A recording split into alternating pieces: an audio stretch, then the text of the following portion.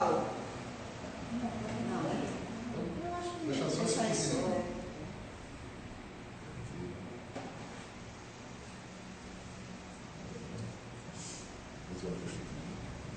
Meus queridos irmãos, sejam todos muito bem-vindos. Estamos novamente aqui para darmos continuidade aos nossos estudos. E foi até bom te ver aqui agora, porque como já estamos nessa fase que já está permitido, não é mais obrigado, na verdade, o uso de máscara, nem em ambiente fechado, nem em ambiente aberto. Então, quem está adotando aqui é que todos fiquem à vontade. Os que quiserem utilizar o livro, não tem problema nenhum. A pessoa está achando que precisa ficar usando ainda, não tem problema, usa. E achou que não precisa usar, que cada um do jeito que escolher, fique à vontade. Tá certo? Então, hoje, é um dia especial, porque é o Dia das Mães. E a gente deve sempre ter esse pleito de gratidão à nossa mãe, mesmo aquelas mães, porque existem vários tipos de mães, né? E existem aquelas mães que são mais devotadas, existem aquelas que têm um jeito diferente de criar seus filhos, que de um jeito assim um pouquinho mais solto. E a gente não pode nem criticar muito quando a mãe tem muitos filhos, né? Porque a gente sabe que... Porque a gente tem muitos filhos, fica difícil de dar atenção a tudo. Quando você tem, a gente vê hoje pais com um filho só, um filho só e reclama que não tem tempo para trabalhar, cuidar de casa, cuidar daquele filho. Imagina naquele tempo que... Boa tarde. Boa tarde, boa tarde. Nós tínhamos mães, né, que tinham às vezes 10, 15 filhos. Como dar atenção a todos esses filhos? É muito difícil. Para não dizer impossível, né? Cuidar da casa, porque naquele tempo era quase que invariável, as mães estavam dentro de casa, não estavam trabalhando fora. Hoje em dia a situação está bem diferente, mas mesmo assim os desafios permanecem. E existem aquelas mães que mesmo trabalhando fora, tendo seus filhos, são aquelas mães preocupadas, devotadas. E tem aquelas outras mães que não são assim tão dedicadas, porque é o seu estilo. Mas todas elas merecem a nossa gratidão, porque sem elas nós não estaríamos nessa nova experiência. Então, ainda que uma mãe não fizesse nada durante toda a sua existência, mas só o fato dela ter aberto a oportunidade para que a gente reencarnasse já é algo muito valioso. E a gente deve sempre valorizar. Eu lembro de uma amiga minha, que ela me contou uma história que eu fiquei assim, intrigado. E assim, feliz de ter essa compreensão do que é o cuidado de um pai e de uma mãe, mas especialmente da mãe. Que ela era aquela mãe que se preocupava com o filho, e o filho, quando cresceu, ficou aquele rapazinho, e quando vai ficando rapazinho, não quer mais que a mãe se meta, não quer que vá buscar na escola, essas coisas todas que são processos naturais. E um certo dia, um amigo dele foi chamado para sair, e ela perguntou para onde que ele ia, que hora que voltava, se ia ter... Ele ainda não era de maior, mas já era um rapagão, porque a gente sabe que um menino com 16 anos já é um homem, né? Assim, pelo menos aparenta ser um homem, mas ainda a cabeça é de quem está na transição da infância para a fase adulta. E precisa dos cuidados. Mas então ela teve aquele cuidado de querer saber aquelas perguntas normais que a mãe faz, aquela preocupação com seus filhos. E o filho já estava chateado, ela estava fazendo aquelas perguntas na frente do colégio. Mas quando eles iam sair, ele olhou para o menino e viu que ele estava chorando, o amigo dele. Aí ele disse: está chorando por quê? Ele disse: porque na minha casa eu entro e saio e ninguém nem liga. Então veja, ele se sentia rejeitado, se sentia não muito querido. A gente não sabe se eram as razões, não conhece a história dele. Porque às vezes é porque não dá tempo, às vezes é uma mãe, um pai muito atarefado, enfim. Mas o fato é que ele sentiu como era importante o cuidado, aquele olhar da mãe que se preocupa com ele. Aquilo me intrigou bastante, porque às vezes a gente não valoriza esses pequenos cuidados de nossas mães. Minha mãe mesmo, eu a vi ontem, não sei se ela está assistindo, mas ontem eu a visitei, eu ficava com muita raiva dela, porque ela eu morava bem pertinho da praia, bem pertinho, e ela não deixava eu ir só para a praia. E eu já, um rapazinho, não podia, só podia se tivesse algum adulto por perto. E meus amigos iam, eu não podia ir, eu ficava muito chateado, um dia eu me chateei. E se eu não pedir para nascer? Ela me deu um tapão, até hoje eu agradeço, porque a gente, na verdade, que pede para nascer, né? A gente pediu para nascer. A gente está aqui porque reencarnar é difícil. A gente, quando observa as obras espíritas, vê que o preparo para uma reencarnação é um trabalho árduo. São muitas pessoas querendo reencarnar, mas não é assim de uma hora para outra, não. Tem que ter toda uma combinação, uma preparação, planejamento. Eu tenho que voltar com o mesmo grupo de pessoas com os quais eu tive problemas, com os quais eu tenho afinidade, que tenho dificuldade. Eu vou ter que consertar os erros ao lado daqueles com que eu já convivi. Então, eu tenho que esperar uma conjunção de fatores para poder reencarnar. Então, a gente pede muito. Na verdade, é que a gente pede muito para reencarnar. E estamos aqui. Então, só por isso aí, se a mãe não fizesse mais nada, ela já nos deu um grande presente, que foi uma nova encarnação. Que a gente sabe, os espíritos nos mostram, é óbvio que existem encarnações compulsórias. Mas mesmo assim, a gente percebe que existe um cuidado dos amigos espirituais de consultar os pais para ver se eles querem receber aquela entidade. A gente vê isso muito nas obras de André Luiz. Então eles têm um cuidado, vão pedir permissão, ver se a pessoa aceita. Tem um caso clássico que é de Segismundo, né? Que é contado lá no, se não me engano, é Missionários da Luz, enfim. Mas hoje nós temos o grande prazer, além de ser o Dia das Mães, que é um dia especial, tem um dia especial também, quem está recebendo nossa querida amiga Dulcinea, Dulce para os amigos mais próximos, né? Para quem quiser, eu acredito que ela gosta também, mas ela faz parte do grupo espírita Gabriel Delane, que é uma casa muito amiga nossa, a gente, somos assim, muito parceiros, a gente ajuda muito o outro, e principalmente para dar força, porque a casa pequena, né, que está ali lutando para poder funcionar, para se manter direitinho, a gente tem que dar as mãos mesmo, né? Um dá a mão ao outro, e isso é bonito, né? Que a gente encontra na casa espírita. Aliás, Allan Kardec ele recomendava em suas obras que o bom é que tivesse diversas casas pequenas, e não uma casa muito grande. Porque a gente sabe que quando o centro cresce muito, né, a gente perde um pouco aquela intimidade. Eu conheço casas, eu participei de uma casa que ela começou bem pequenininha, era uma casinha menor, bem menor do que essa aqui. E depois cresceu, hoje é um mundo, né? E tem tanto trabalhador que, assim, se você for na terça, o grupo de trabalhador que está lá não é o mesmo do sábado, são pessoas completamente diferentes. E talvez muitos deles nem se conheçam, de tanta gente que tem lá. E aí perde um pouco da intimidade, muito embora façam um belíssimo trabalho, né? Que a casa cresce, mais pessoas são atendidas. Né? Mas enfim, então estamos hoje recebendo nossa irmã Dulce, do GEGAI, do Grupo Espírita Gabriel Delane, que vem tratar de um tema que é muito interessante, que é a missão do homem inteligente na Terra. Qual será, para o Espiritismo, a missão do homem inteligente? É o que a gente vai aprender com ela hoje, com os seus estudos, certo? Então vamos fazer a nossa prece inicial. Eu vou pedir a nossa irmã Janaína, por favor, você pode vir aqui fazer a prece? Os amigos do Instagram nos acompanhando, sejam todos muito bem-vindos também.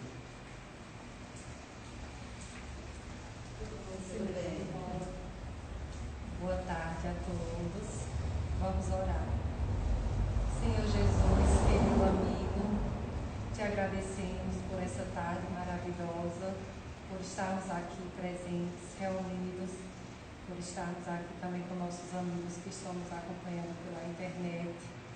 Te agradecemos por esse bom momento, por termos tido a força de virmos até aqui hoje, aprender um pouco de ti, que és manso e humilde.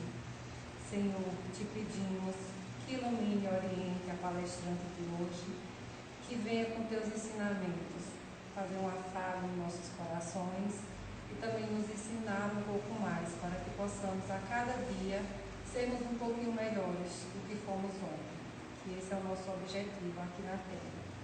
Te agradecemos por esse momento e te pedimos que fique conosco sempre, que assim seja.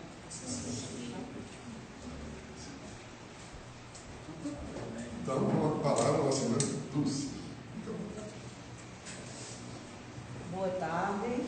Boa tarde. É um prazer estar de volta aqui a essa casa. Boa tarde aos que estão nos acompanhando pela internet. Esclarecendo que a irmã Dulce aqui é outra Dulce. Vai que as pessoas confundam, né? Então, vê só, nós vamos conversar na tarde de hoje sobre o item que está na obra O Evangelho segundo o Espiritismo, no capítulo 7, intitulado Bem-aventurados os pobres de espírito.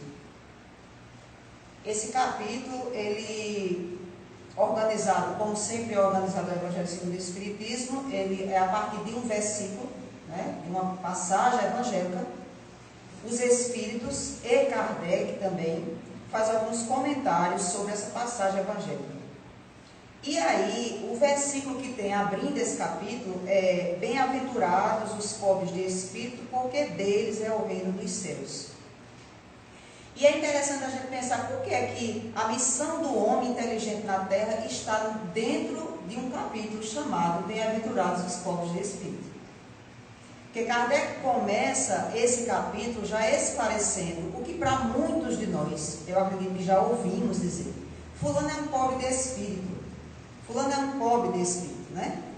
Como se pobre de espírito fosse algo ruim, né? Algo que não merecesse respeito. Uma pessoa é pobre de espírito, não se deve nem dar atenção a essa pessoa.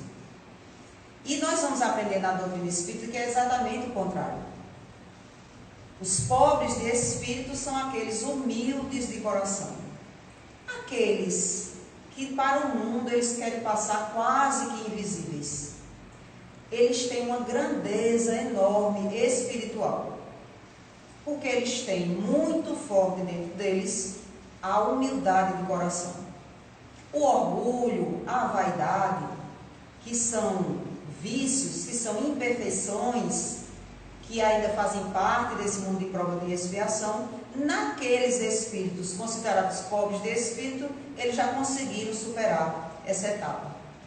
Então, daí a gente compreender e a gente já começar a analisar o que é que significa ser inteligente do ponto de vista espiritual.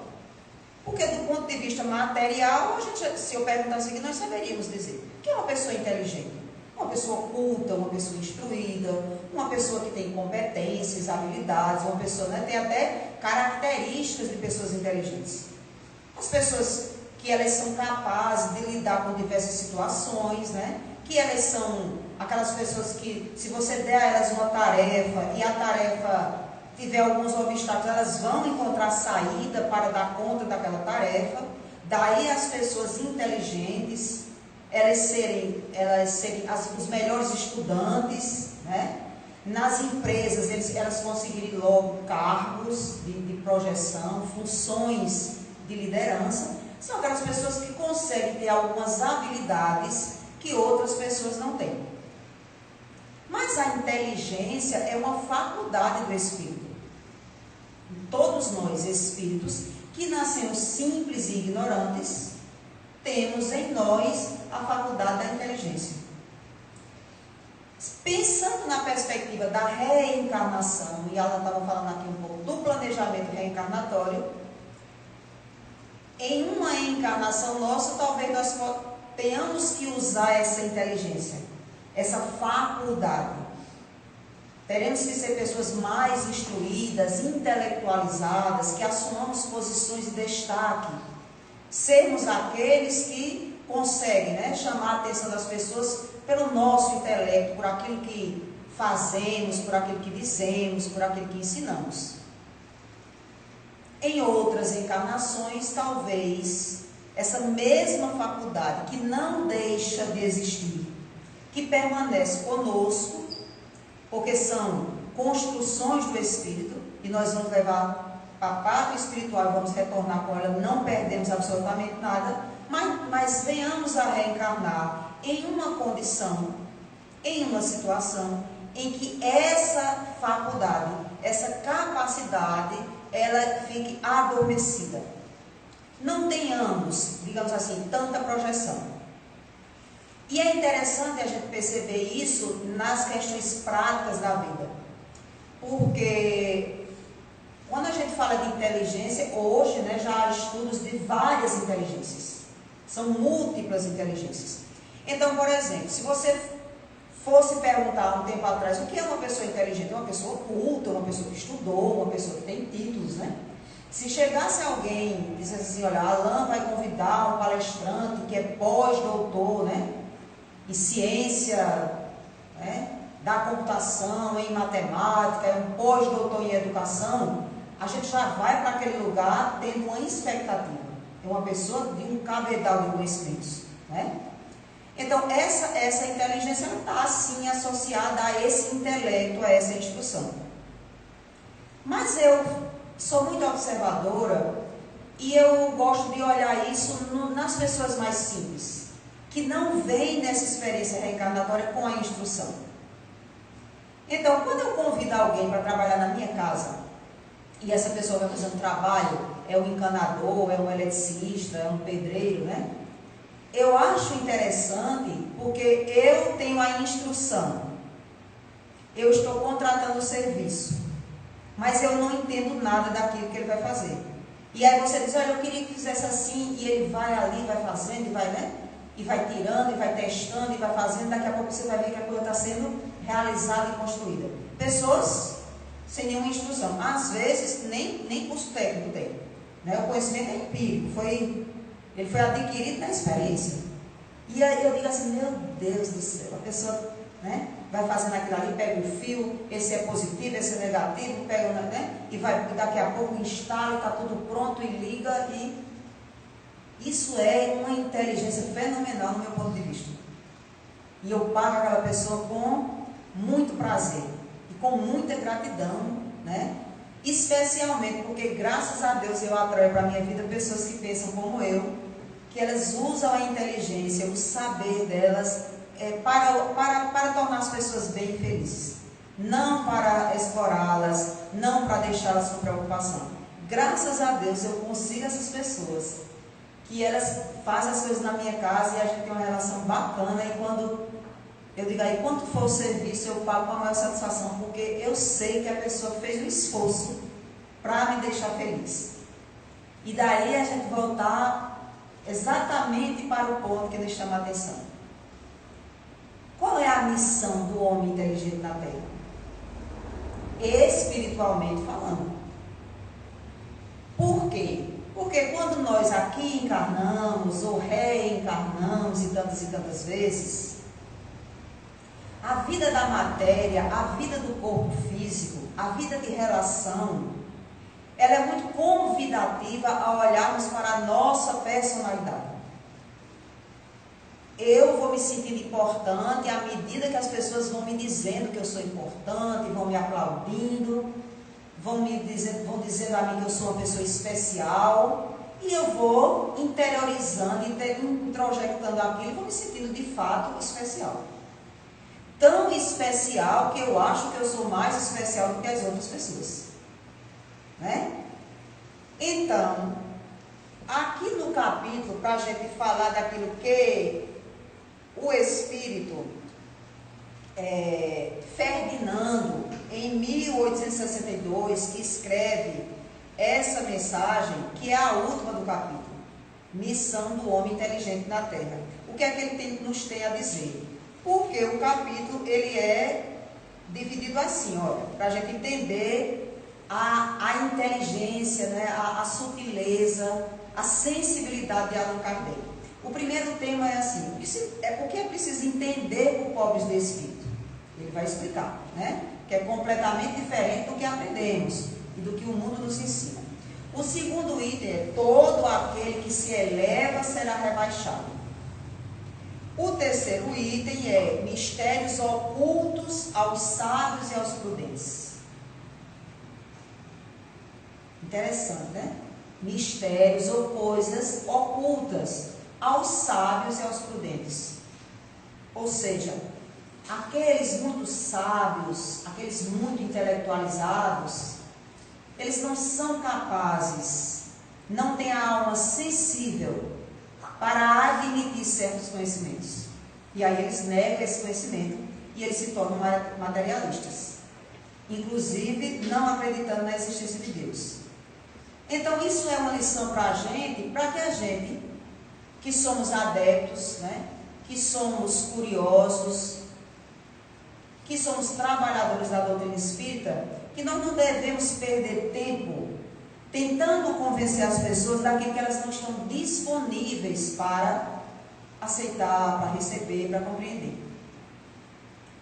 Nós vamos fazer muito melhor se nós começarmos a exercer isso primeiro em nós, esse aprendizado, mas conversar com aqueles que estão suscetíveis a receber novas ideias.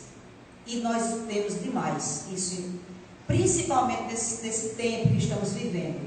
Porque sempre que existe algo, né, muito forte na terra, de muitas dores, de muitas provações, as pessoas tendem a buscar a sua espiritualidade. Elas abandonam aquilo que elas julgavam que era fundamental na vida delas, porque aquilo não preenche. Então, depois de uma grande dor, depois de uma perda, depois de uma frustração, é muito comum as pessoas buscarem as questões espirituais. E é nesse momento que esse espírito está se envolvendo na humildade de ser espírito.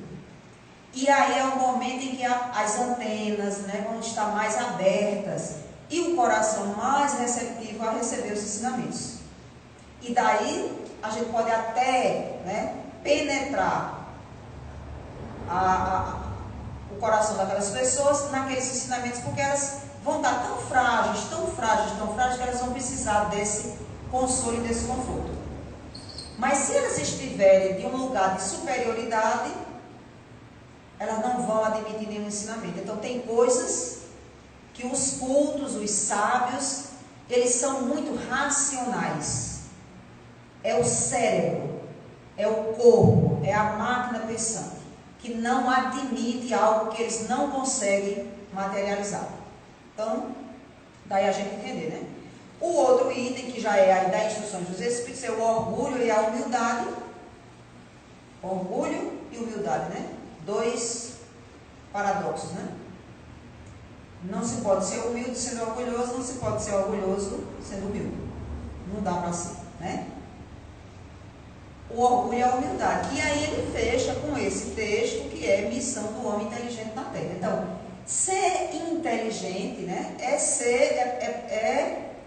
inclusive admitir que tem coisas, ser inteligente é inclusive admitir que tem coisas que você não tem condições de compreender. Isso é ser inteligente. Porque quando a gente acha que a gente já sabe de tudo, a gente está fechado para qualquer possibilidade. Mas aí, como nós estamos aqui para aprender, se não aprendemos nessa, aprenderemos em outra. Se não aprendemos pela via, né, da tranquilidade, né, do discernimento, de entender que somos limitados nessa inteligência encarnatória, vamos aprender por outros mecanismos de dor e de sofrimento. Mas vamos aprender. Então, aquele extremamente orgulhoso, aquele que se acha sábio, aquele que se acha praticamente Deus, né?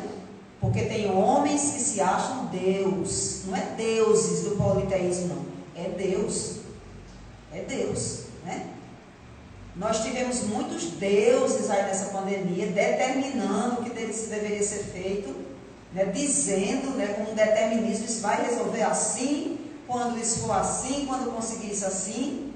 E aí, nós estamos vendo ao longo de 2 anos que não era bem assim. Quando o homem, mesmo sendo de ciência, que é uma dádiva de Deus, o homem ter a ciência e a intelectualidade, mas quando ele vai achando que ele é capaz de resolver as questões que ele não é capaz, ele vai muitas vezes tendo vários sinais de que aquilo não é daquela forma. Mas é preciso ter olhos de ver e ouvidos de ouvir. Então, muita gente conseguiu entender. Esse tempo foi suficiente para muita gente entender que tem coisas, né? Como diz o ditado popular, há muitos mistérios entre o céu e a terra do que pode supor a nossa vã filosofia. E não é que seja nada que um dia não seja descoberto, porque não há nada miraculoso nem nada escondido, né? O projeto de Deus não é algo, né, tão assim que somente como era na Idade Antiga, né? Somente uma casta de pessoas ali, elas têm esse conhecimento das questões espirituais. O povo não tem conhecimento. Não é por isso. É porque nós ainda não estamos preparados para compreender tudo. Precisamos ainda levar um tempo. Porque as questões espirituais, elas estão muito mais no campo do sentimento do que da razão. Não negando que a razão é importante. Mas se nós caminharmos apenas para a razão, para a intelectualidade, nós nos tornamos insensíveis. E nada nos toca na insensibilidade, né? Pelo menos até o momento que a gente precisar. Então, o Espírito Ferdinando, ele começa o parágrafo desse texto dizendo assim: não vos orgulheis do que sabeis, porque esse saber tem limites bem estreitos no mundo em que habitais. E a gente compreende isso do ponto de vista da reencarnação, não é? Como dissemos, nós trazemos todos os conhecimentos, todo o aprendizado, tudo fica em nós. Vai para a parte espiritual, fica lá, né, no perispírito, que é moldado na dimensão espiritual, depois a gente volta, reencarna, e todos esses tesouros valiosos eles estão dentro de nós. Daí eu acho bem interessante uma metáfora que a Haroldo Dutra Dias diz que nós somos muitos, nós somos uma multidão, e somos de fato. As várias experiências que nós tivemos, então daí os nossos impulsos, as nossas tentações, as nossas imperfeições, né? Está tudo dentro de nós, para a gente ir administrando. E aí, como é que a gente administra? Porque a gente tem um esquecimento. Mas de vez em quando vem à tona algo em nós, e a gente precisa reconhecer, né? Então, muitas vezes eu estou aqui, falando de uma forma, e em determinados momentos eu estou falando de outra, porque vem em mim o que eu sou, na minha essência. Aflora. E a reencarnação é para a gente ir moldando, né? Para a gente ir se adaptando a essa nova experiência. Porque eu não sou mais o que eu fui no passado. Eu não sou mais. Daí a gente não precisa saber o que fomos em reencarnações passadas. Porque todos nós, né? Temos a intuição, as percepções do que éramos. Mesmo que sutilmente, vez por outra, a gente tem. Então, não vos orgulheis, porque o teu saber aqui é limitado. Mesmo que você seja um gênio da física, um astronauta, alguém que é capaz de descobrir a cura de uma doença, o que é muito lícito, dá para a gente entender que não é, nós não somos aqui, nós estamos falando aqui que a ignorância, ela deve prevalecer de jeito nenhum. O espírito ele é criado simples e ignorante. Ele reencarna para quê? Para ir aprendendo. A nossa destinação é progredir, daí a lei do progresso, é evoluir intelectualmente e moralmente. Daí as duas asas, né? A sabedoria e a bondade.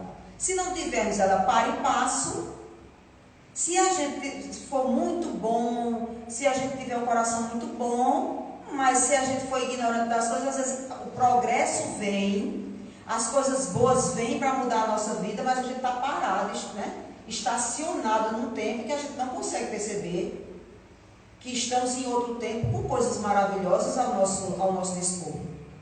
Para a lei do progresso, para progredirmos, né? Então daí a gente vai vendo que o próprio homem ele vai construindo esse progresso. Nós espíritos que estamos vivendo hoje no século XXI, provavelmente vivemos no século XVIII, no século XVI, no século XV, no século XIV. Basta a gente ver um filme, uma série de época, para a gente ver as condições em que se vivia antigamente. Né? A gente estava falando nesse instante, Alan, do conforto, né? Que muitas vezes nós temos. Então, e esse conforto? Quem foi que construiu? O homem, com a ciência, com o saber, com a intelectualidade. Então, é fundamental. Mas, paralelo a isso, ele tem que saber que ele tem uma missão, né? Com essa faculdade. E aí ele diz assim: se Deus em seus desígnios vos fez nascer num meio, olha só, num meio, porque nós vamos encarnar num meio necessário para nós e para o nosso planejamento reencarnatório. Para a gente entender isso, se renasceste, se em seus desígnios Deus vos fez nascer num meio onde pudeste desenvolver a vossa inteligência, é que Ele quer que dela useis para o bem de todos. Porque às vezes você está lá com a inteligência, mas você nasce num meio que não é possível desenvolver. Não é? Às vezes a gente vê situações de espíritos de criança, por exemplo. Eu trabalho com a educação e trabalho com a escola pública. E tenho contato de pessoas que trabalham com escola pública de crianças desde a fase da educação infantil. Então a gente vê que a escola pública, ela é para um público carente. Mas dentro da sala de aula, desde a educação infantil, os pequenininhos, a professora, ela já é capaz de detectar ali, dentro daqueles pequenininhos, um que tem uma inteligência diferenciada dos outros. Ele aprende ali mais rápido, né? Ele tem um vocabulário diferente, ele tem atitudes diferentes na sala de aula. E essa geração que está agora de pequenininhos, a gente, nossa, né? Não importa o meio onde eles vivem, eles são meninos, espíritos muito espertos, desde pequenininhos. Já vem ali com a capacidade, mas não pode desenvolver essa capacidade no meio, ou não pode na sua potencialidade. Daí a gente diz assim, superou todas as adversidades e venceu na vida.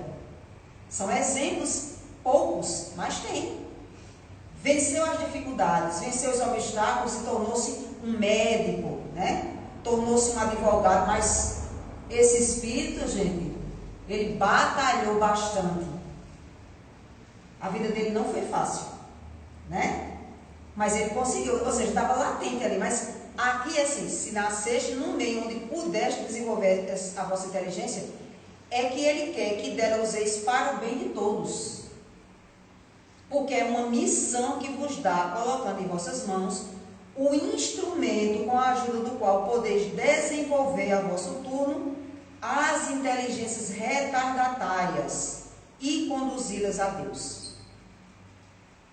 A natureza do instrumento não indica o uso que dele se deve fazer? Então veja, é-nos concedido a inteligência como um instrumento. E aqui o Espírito faz uma analogia com a enxada. O agricultor, qual é o instrumento do agricultor? A enxada. O agricultor, com a enxada, ele vai plantar, né?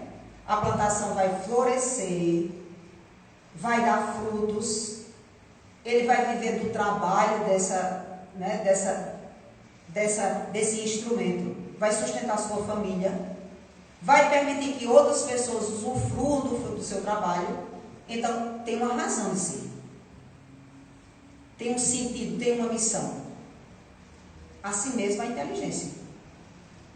Então, se alguém é culto e é inteligente e nasce no meio, é para esse instrumento ser utilizado a favor das inteligências retardatárias. Então, vamos pegar, por exemplo, aqui um professor universitário. Um professor universitário é aquele professor que ele já tem condições, né? O intelecto, a instrução, bastante elevada, porque ele passou por várias etapas da educação e da instrução. E ele vai dar aula a quem? Ele vai dar aula a estudantes que saíram da educação básica. Aprendizes ainda, na metade da sua fase de aprendizado, né? Mas aí, infelizmente, as pessoas, para eles serem professores universitários, eles têm que ter títulos. Eles têm doutorado ou pós-doutorado. Eles defendem uma tese, eles escrevem livros. E a partir daquele momento, aquele escritor, aquela pessoa que escreve livro, que detém aquele conhecimento, é muito comum que ele queira que aquele conhecimento, né, tenha adeptos, alguém leia o livro, alguém gosta de sua tese.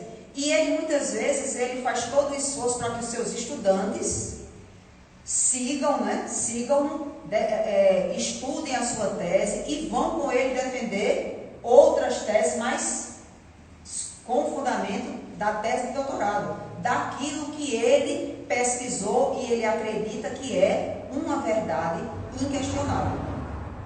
Porque daí a gente não tinha a antítese, né? A antítese é quem discorda, mas quem faz a tese diz assim, na minha é a verdade.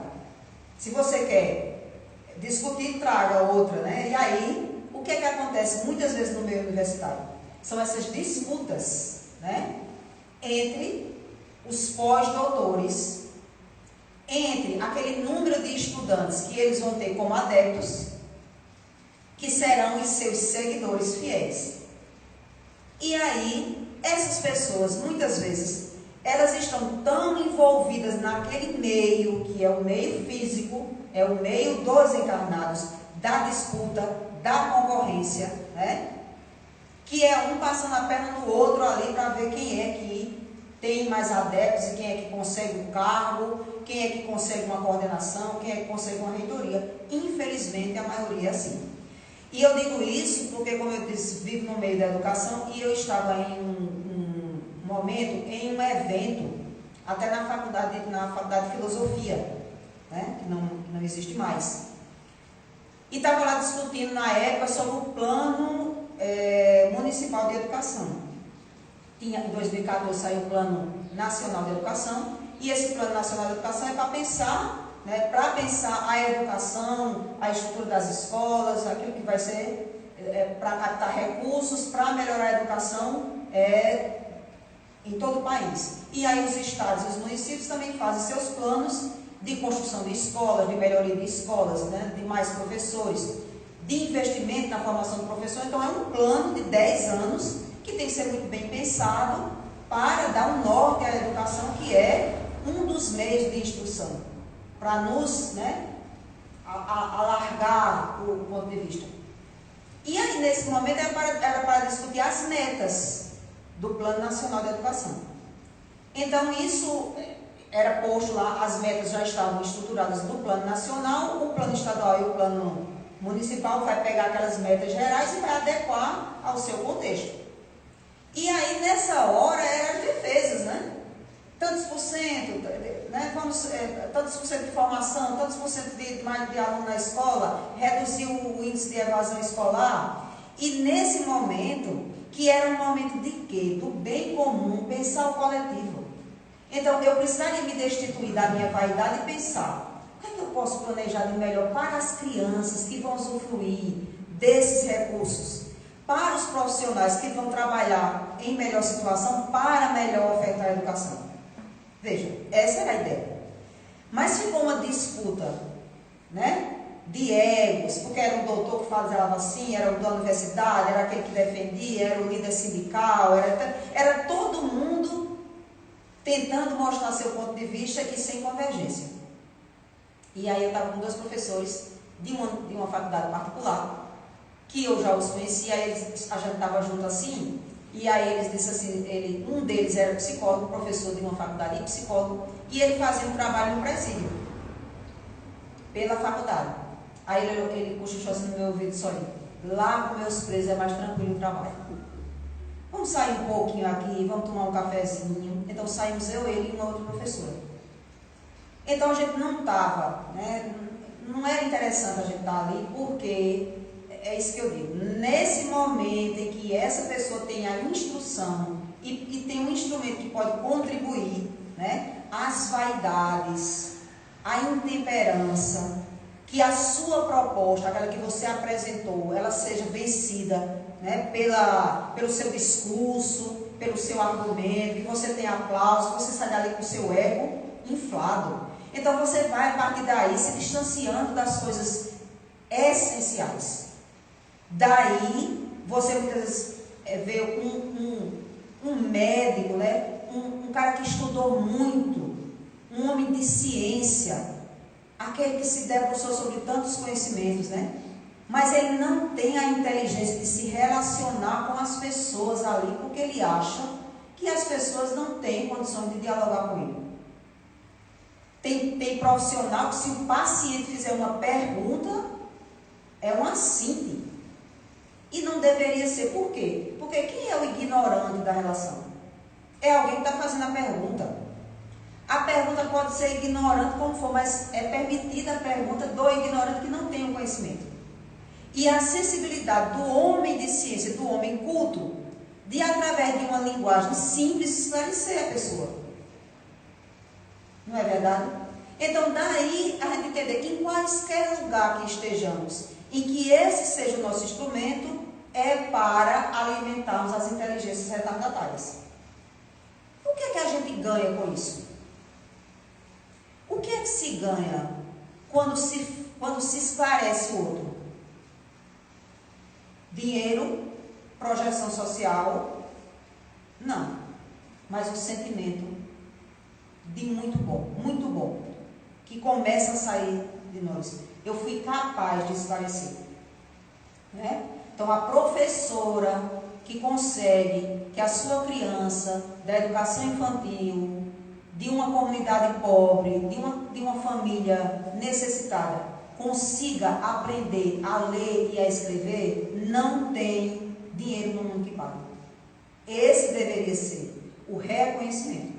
As outras questões, elas são pertinazes, sim. Precisa se lutar por melhores condições, sim. Precisa se lutar para o acesso de todas as pessoas, sim. Mas aí a gente vai entender que por essa perspectiva espiritual, nem todos vão chegar no mesmo lugar ao mesmo tempo. Senão não tinha sentido a reencarnação. Né? Então nós estamos no lugar adequado para estarmos. E o outro no lugar adequado. Mas a ideia é assim: quem tem mais, oferta a quem tem menos. Né? É responsabilidade, é dever auxiliar aquele que tem a deficiência daquilo que você tem em fartura. Daí a ideia da missão do homem inteligente na Terra. Por que isso? Porque se você não fizer bom uso dessa inteligência, se você cair no campo da vaidade, né, dos aplausos do mundo, a sua tendência é falir no seu planejamento reencarnatório. Né? E para isso, a gente vai pegar aqui uma questão de Emmanuel, nesse livro O Consolador, que é um livro de perguntas e respostas, em que Emmanuel, numa pergunta que é feita, ele vai responder bem ao encontro, né, do que diz aqui o Espírito Ferdinando. A pergunta é: há uma tarefa especializada da inteligência no orbe terrestre? Ou seja, para quem tem inteligência, tem algo a ser feito especificamente para quem tem inteligência? Ele diz o seguinte: assim como numerosos espíritos recebem a provação da fortuna, do poder transitório e da autoridade, há os que recebem a incumbência sagrada em lutas expiatórias ou em missões santificantes, de desenvolverem a boa tarefa da inteligência em proveito real da coletividade. Então veja, essa inteligência ela pode ser uma missão, como está aqui Kardec colocando no texto, mas ela pode ser também uma expiação. Né? Porque quantos cientistas, o próprio Kardec, gente, um homem inteligentíssimo, um espírito missionário, não, Allan? Um espírito missionário. Mas foi fácil para Allan Kardec apresentar a proposta de uma filosofia, de uma ciência e de uma religiosidade ou de uma moral cristã, num contexto em que ele esteve, num meio onde ele estava. Ele era um acadêmico, cheio de pessoas intelectualizadas que queriam provas materiais, adentrando a um espaço em que o Espiritismo começou com uma brincadeira, como um teste. E ele, a partir dali, vou investigar, porque aqui tem um princípio inteligente. Né?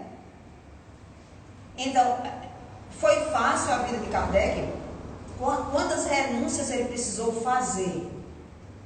Né? Contraiu doença, desencarnou ainda cedo, mas foi firme e perseverante, não desistiu em nenhum momento. Então, eu não estou dizendo que Kardec veio com expiação. Eu não estou dizendo isso, porque a expiação a gente precisa entender que nós voltamos ou nós trazemos para cá uma provação, que é o teste.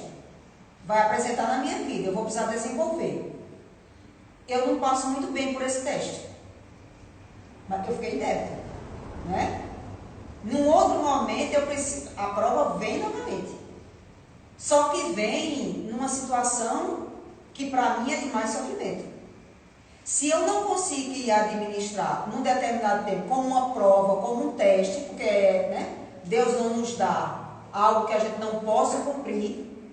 Quando nós não cumprimos é porque temos pequenos esforços, como nos diz os Espíritos.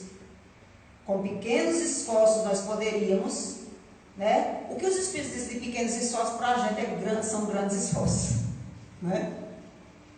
A nossa amiga ali, quando fez aqui a prece inicial, disse uma palavra muito interessante, que nos deu, né, como foi que você disse? a vontade de estarmos aqui, não sei, algo assim, que nos tirou da nossa casa, dia de comemoração, do nosso conforto, que a gente podia estar dormindo aqui, para vir para cá.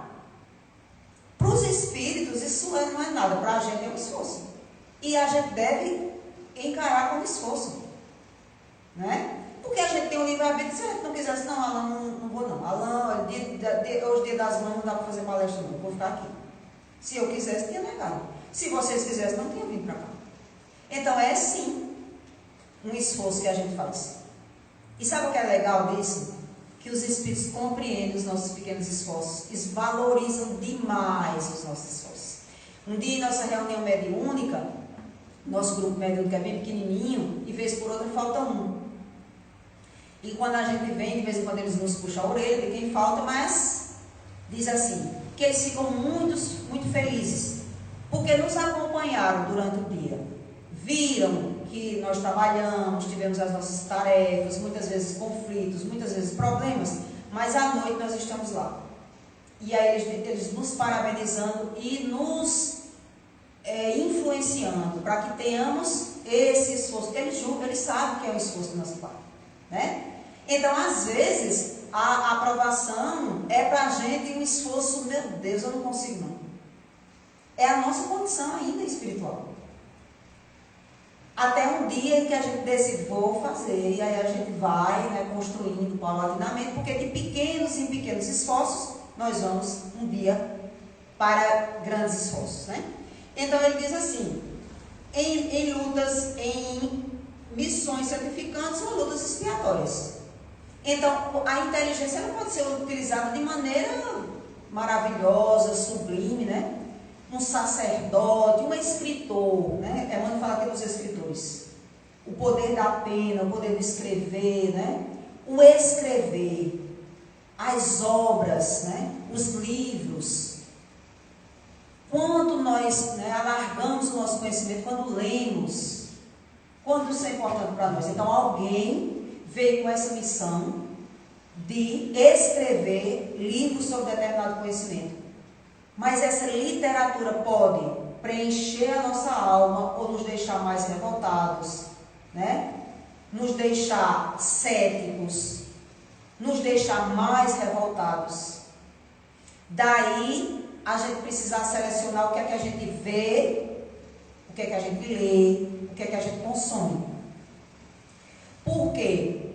Uma literatura que nos eleva a alma, que a gente se emociona, que nos toca o coração e que nos faz um chamado para a nossa transformação moral, ela é uma leitura edificante. Que missão esse escritor? Em levar para tantas pessoas esse conhecimento benéfico. Mas a literatura, que ela traz palavras, né? Que quando nós lemos, nos conectamos com aquelas imagens, porque a leitura faz isso. A imagem que nós vemos na televisão faz isso. Nós imediatamente nos conectamos com aquela literatura, com aquilo que está escrito, né? Daí os grandes revolucionários, eles têm uma responsabilidade. Eu vou lembrar aqui de um fato que eu não sei exatamente se é assim, mas eu lembro que eu li uma vez estudando sobre Ivone do Amaral Pereira. E Ivone do Amaral Pereira, ela tem um livro que é psicografia dela pelo espírito Charles e por Leon Tolstói, que era um russo, um escritor russo. E Leon Tolstói, ele era a época dele era muito comum, né? Aqueles escritores materialistas.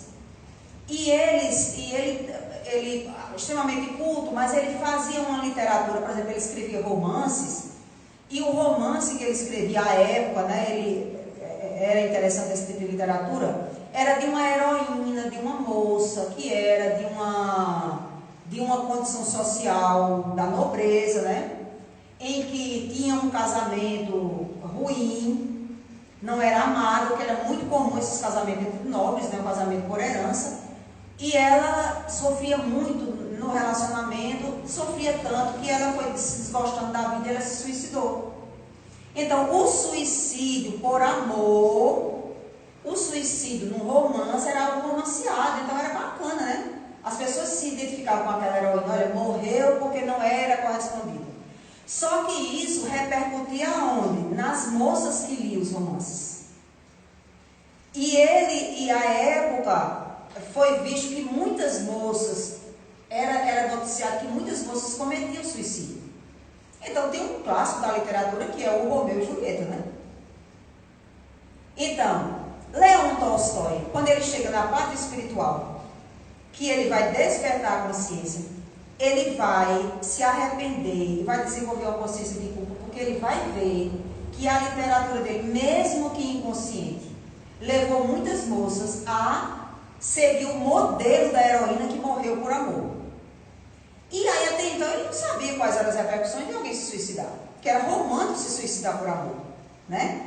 Mas quando ele chega na parte espiritual, que ele descobre as repercussões e as implicações do espírito suicida, nossa, ele fica muito mal.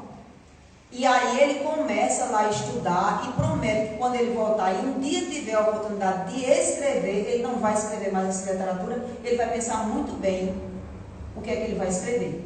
Então daí a gente entender que em todos os setores tem esse compromisso, né? Então nós já estamos aí quase finalizando. Emmanuel diz aqui ainda nessa questão. Não, né? Não, é 17 e 30, 17 e 30, mas pode passar. Todavia, assim como o dinheiro e a posição de realce são ambientes de luta, porque ele diz assim que a fortuna é uma provação, né?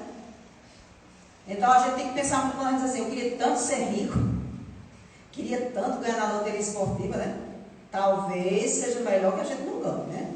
Talvez seja melhor que a gente continue trabalhando, conquistando as coisas com o nosso trabalho, porque a gente não sabe como é que a gente vai administrar a fortuna, que é uma provação, né? Quem é que nos diz, minha gente, no mundo que a fortuna é uma provação? Me diga, quem é que diz isso? Não tem quem diga. De jeito nenhum, né? Se a gente, então, é isso que eu digo assim, se você for conversar com uma pessoa que só valoriza dinheiro, que só valoriza ter bens, e dizer assim, tenha muito cuidado como você vai com o seu dinheiro, ele vai prestar atenção no que a gente está dizendo? Não. Do mesmo jeito que a gente vai dizer a um espírito que está passando a experiência da pobreza, porque talvez usou mal a riqueza, e dizer a ele que ser pobre é bom, que ele se convença, também é perder tempo. Né?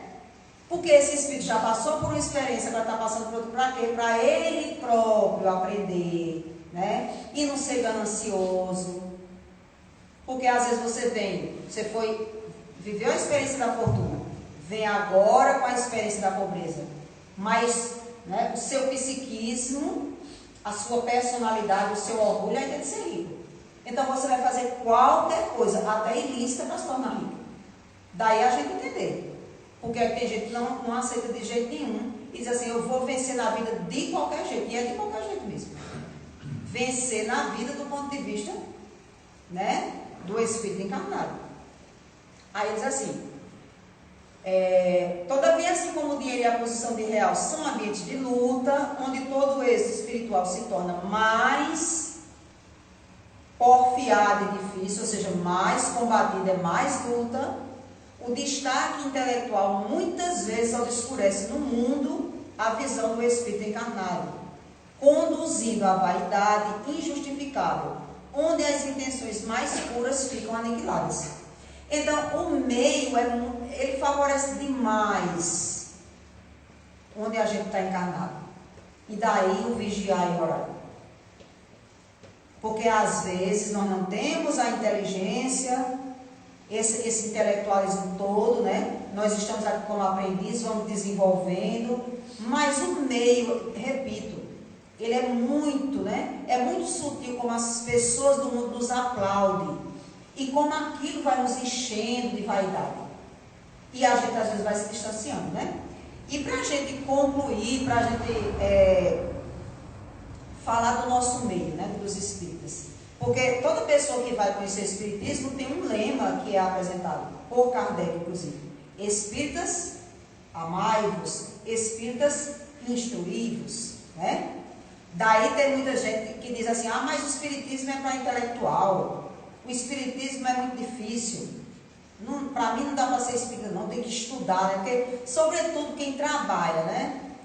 Quem trabalha, quem participa de reunião mediúnica, quem faz exposição, precisa estar lendo, precisa estar, né? Porque a gente precisa de um certo repertório para apresentar. Mas e para que essa instrução? O que é que Kardec e os espíritas instruídos? É para você chegar aqui na tribuna, né, e você trazer aqui um conhecimento intelectual lá em cima, mas ninguém está entendendo nada do que você está dizendo, aquilo não tocou o coração, e você está falando para os outros, né, nunca para você, porque você está ali com um tom professoral. Você está dizendo, tem muita gente que não usa o nós, né? Usa as pessoas, vocês, nunca usa o nós, né? Então, essa instrução é primeiro para dizer assim, olha, você vai aprender, você é espírita, vai aprender a falar sobre o espiritismo, vai aprender o que é espiritismo, né? Vai compreender o que é a filosofia espírita, o que é a ciência espírita. A ciência espírita não é a ciência do mundo, é outra ciência, né? É outra ciência. Então, não vamos trazer a ciência do mundo para dizer que o espiritismo é ciência e que religião, do ponto de vista da doutrina espírita, é igrejismo, e que se deve negar é espiritismo racional, filosófico, porque tem muita gente no meio espírita descambando para esse lado. E de vez em quando eu até gosto de ver essas pessoas assim, não fico, confesso a vocês que não fico muito tempo não, mas gosto de ver, né? Tem até agora um programa em um canal, esqueci agora o canal, que é assim, Polêmica Espírita. O nome do programa, Polêmica Espírita. E o espiritismo, como uma ciência, tem polêmicas. Ou seja, tem coisas que foram ditas numa época, que a gente precisa compreender a época que a gente está, para a gente também não dizer assim, mas foi dito numa época e é erroneamente. Naquela época não era erroneamente, não. A gente está depois de 100, 200 anos com uma outra visão. Daí a lei do progresso. Se nós estivéssemos lá, diríamos a mesma coisa. Talvez o que nós estamos dizendo aqui, trazendo aqui como informação, daqui a 200 anos também seja modificado. Mas a essência da doutrina não muda, não. Mas tem muita gente que quer mudar. Tem muita gente espírita, viu? Nos meios espíritas, trazendo a questão racional da ciência e negando qualquer possibilidade de falar que é o Consolador prometido, que é o cristianismo redivivo e que a mensagem de Jesus e de Kardec são coisas completamente diferentes, que primeiro veio o espiritismo para depois vir, né? E não é o cristianismo dos homens, mas o cristianismo primitivo. Então, tem muita gente que, no meu ponto de vista, tem uma inteligência fundamental, muito bom, um intelecto muito bom, desperdiçando. Porque aí você vai agora defender teorias. Começa a defender teorias. Então, eu sinceramente, um programa que vai me apresentar polêmica espírita, polêmica já está dizendo. Quem está ali conectado, né, vai começar também a discordar, e daqui a pouco a gente vai estar procurando na codificação espírita o que foi que Kardec disse de errado, o que é que Kardec disse que não se prova, né? Aí veja só, isso é o intelecto se desvirtuando, quando na verdade são pobres espíritos em aprendizado, tanto quanto os mais simples e ignorantes. Para a gente ter uma ideia disso, conta-se uma história que um palestrante, né, que tinha uma fluência muito boa, muitos conhecimentos, era comum essa pessoa vir fazer palestra na casa espírita, e ela tinha, né, trazia muitos conhecimentos, e tinha um senhorzinho bem simplesinho lá atrás, sentadinho, atento, né, prestando atenção ao que o palestrante dizia. Ambos desencarnam, e lá na colônia espiritual, o palestrante intelectualizado, que falava muito, mas fazia pouco, né, falava muito, mas praticava pouco, percebeu que aquele senhorzinho estava com uma aura iluminada, que é uma característica do plano espiritual dos espíritos que são mais evoluídos, né? Porque lá não é a titulação. Tanto é que André Luiz vai mostrar isso em toda a literatura, né? Um médico, um homem de ciência, qual é o trabalho que ele é convidado a fazer quando ele começa a trabalhar? Que ele queria ser médico, né? Quando ele chegou lá. Limpar o chão. Mas aí foi dito a ele, não, meu amigo, olha, o seu conhecimento no mundo, aqui você vai precisar desenvolver outras habilidades. E ele, graças a Deus, desenvolveu isso muito bem, trouxe uma literatura fantástica para todos nós. Mas aí esse palestrante vê lá o senhorzinho e questiona, né? Mas aquele homem ia lá, era só ouvinte. Aí diz assim, mas sabe o que é, meu irmão? É porque ele praticava tudo o que você dizia na sua palestra. Todos os conhecimentos, ou seja, a inteligência a serviço de despertar a ignorância. Serviu para quem? Para o ignorante que absorveu e que praticou e que conseguiu evoluir. Infelizmente não serviu para aquele que detinha a intelectualidade. Então, agradecendo a atenção de todos vocês, agradecendo a Alan pelo convite, né? Sempre é uma gratidão enorme e quando sou convidada para trabalhar, porque para mim, em primeiro lugar, hoje na minha vida, é a doutrina espírita, é o meu norte, é o que me faz acreditar que eu posso melhorar. Não tenho a pretensão de doutrinar ninguém, não tenho a pretensão de fazer proselitismo, mas onde quer que esteja, faço questão de dizer que sou espírita e levo o conhecimento espírita a quem queira que esteja disponível a receber, porque se faz bem para mim, faz muito bem, e para quem eu conheço e é envolvido no trabalho, que não é fácil o trabalho, que é árduo, né? Mas se me foi confiado o trabalho, eu só tenho a agradecer pela oportunidade, porque talvez tenha negligenciado em outras ocasiões. Muito obrigada pela atenção de vocês.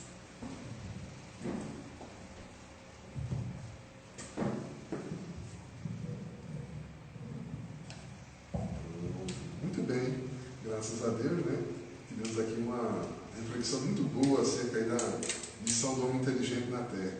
E a gente agradece muito a nossa irmã Dulce, que ela já deixou bem claro que não é a irmã Dulce lá da Bahia, né, que cuidava do hospital, mas é a nossa amiga Dulcineia, tá certo? Mas que a gente chama carinhosamente de Dulce, tá certo? E foi muito bom e concordamos com tudo que ela disse aqui.